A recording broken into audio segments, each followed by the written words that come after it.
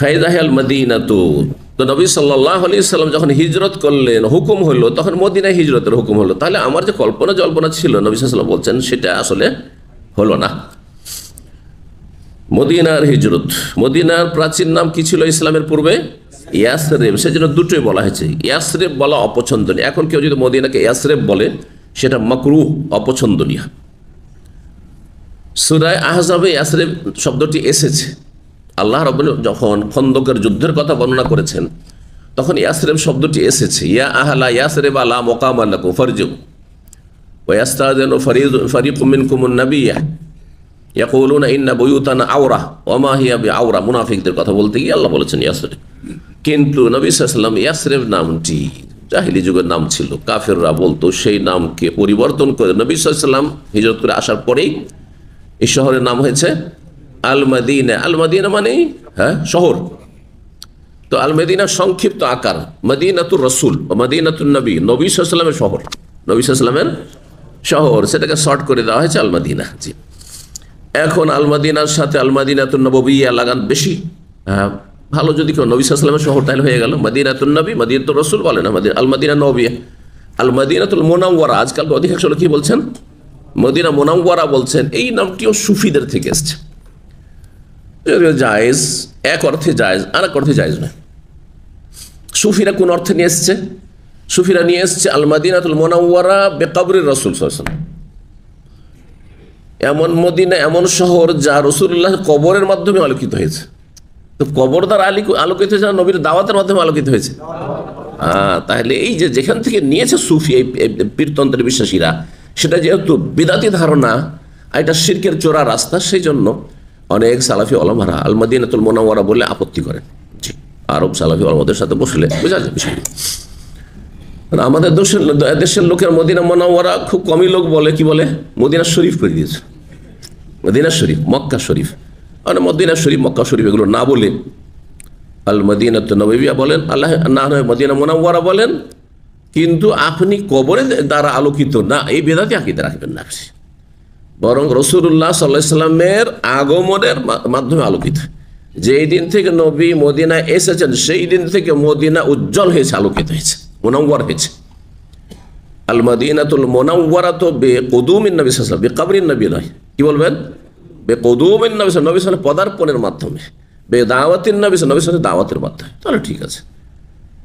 অর্থকে যদি ঠিক করে নেন আর বেদাতি ধ্যান ধারণা যদি দূর করে নেন, তাহলে মদিনা মুনাওয়ারা বলা যেতে পারে। জি, এই জন্য আমরা কঠোরতা অবলম্বন করি না কেউ মদিনা মুনাওয়ারা বললে, কিন্তু আপনি অর্থটা যেন ভুল না করেন। কেউ কোনো জায়গায় মারা গেছে বা দাফন হয়েছে, সেই জন্য সেই জায়গায় আলোকিত, এইটা গুমরাহি। যেমন বলা হচ্ছে যে বাংলাদেশ হচ্ছে কত আউলিয়ার দেশ?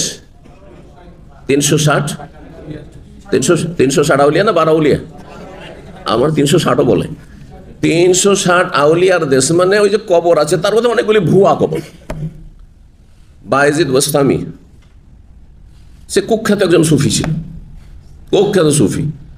সে বলতো, তার যখন আলোচনা করতো, আমি আলোচনা করছি, বলতো সুবহানি মাজ আমার শানি, মানে আমি হচ্ছি পাক পবিত্র, আমার শান কতই না বড়, মানে তার মধ্যে আল্লাহ হুলুল করে এসছে। ইমাম হোসেন সাহেব যে বলছিলেন না, ওই কথাগুলির সাথে মেলাবে, তাহলে বুঝতে পারবেন এর চেয়ে বড় কুফরি কি হইতে পারে। এই তো ফেরাউনের কথা, জানা রব্বুকুমুল আলা।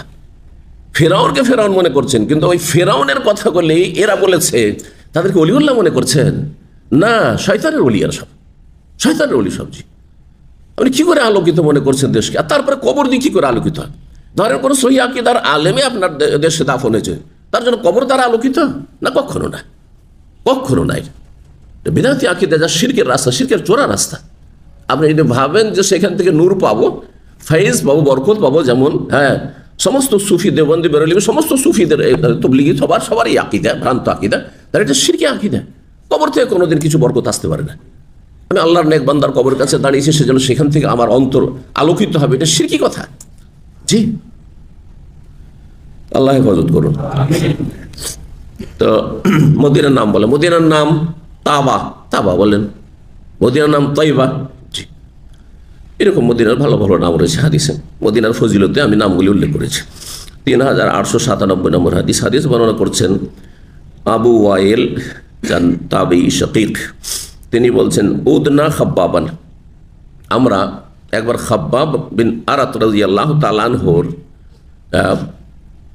অসুস্থ অবস্থায় পরিচর্যা করলাম বা খোঁজ খবর নিলাম, এ আদত করলাম, মানে দেখতে গেলাম। এই আদত শব্দটির শাব্দিক অর্থ বাংলায় আমি খুঁজে পাইনি।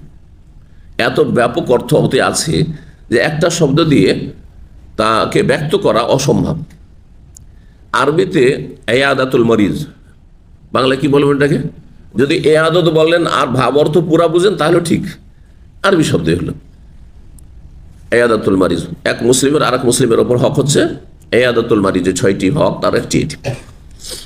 আর যদি বলেন ওর এয়াদাতের একটা দিক হচ্ছে পরিচর্যা করা, মানে সেবা শুশ্রূষা করা, হ্যাঁ, খোঁজ খবর নেওয়া, দেখতে যাওয়া, এটা সবগুলি সীমিত অর্থ, সবগুলি একটা একটা সাইড তুলে ধরেছে। দেখতে গেলেন আপনি খেদমত করলেন, সেবা শুশ্রূষা করলেন না, তাহলে একটা সাইড করলেন আপনি, একটা অংশ।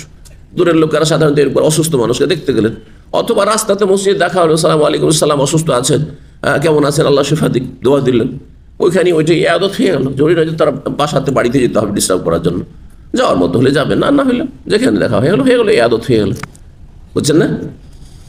কিন্তু যারা নিকট আত্মীয়, ঘনিষ্ঠ বন্ধু, রুমমেট, শুধু অসুস্থ আছে, আরে একটু দেখলো বাস হয়ে গেল, তাকে হাসপাতালে নিয়ে যাবে, এটা আদতের সামিল। হাসপাতালে থাকলে একটু দেখতে যাবে, হ্যাঁ, খোঁজ খবর নিতে যাবে, কি অবস্থায় আছে, হ্যাঁ, তার সেবা শুশ্রূষা পরিচর্যা করবে, খাওয়া দাওয়া কি লাগবে। নিকট আত্মীয় হইলে, কাছের লোক হলে, ঘরের লোক হলে, এই না যে অসুস্থ মানুষ বিছানায় পড়ে আছে সারাদিন, হ্যাঁ, ধুমধাম মোবাইল নিয়ে পড়ে আছে বাড়ির লোকেরা, আর কেউ খোঁজ নিচ্ছে না, বেচারা চিৎকার করছে অথবা বলতেও পারে না, আর কি যে মানসিক অশান্তিতে আরও রোগ বেড়ে যাচ্ছে। আজকালকার বাস্তব অবস্থায় এমনটা নয়। বুড়ো মানুষ যদি অসুস্থ থাকে, দাদা দাদি অথবা বাবা, আজকালকার ছেলের অবাঞ্ছিত অধিকাংশ, অথবা নাতি নাতিরা, পোতাপুতিরা, সুবহানাল্লাহ, সারাদিন খোঁজ খবর নিচ্ছে না, হয়তো বেচারা একাই পড়ে আছে, ওদের তো আরও অসুখ বেড়ে যাবে। অসুস্থ মানুষের কাছে সবসময় ধর না দিলেও কষ্ট, আবার যদি ঘন্টার পর ঘন্টা কাউকে দেখতে না পায় তাহলে হ্যাঁ, এটা একটা বড় কষ্ট, অশান্তি। এই বিষয়গুলো বুঝতে হবে। তো যাই হোক, বলছেন খাব্বাব রাদিয়াল্লাহু তাআলা আনহু তাহলে শেষ অবস্থায় অসুস্থ ছিলেন। আবু ওয়াইলের সাথে বলছেন আমরা তাকে দেখতে গেছিলাম। ফাকালা, তখন তিনি বললেন, হাজারনা মান নবী, নবী সাল্লাল্লাহু আলাইহি ওয়াসাল্লাম, আমরা হিজরত করেছি, নরিদ ওয়াজহ আল্লাহ, আমাদের উদ্দেশ্য ছিল কি? আল্লাহর সন্তুষ্টি। মক্কাতে মদিনা কেন এসেছিলাম? আল্লাহর সন্তুষ্টি অর্জনের জন্য, দুনিয়ার করার জন্য নয়।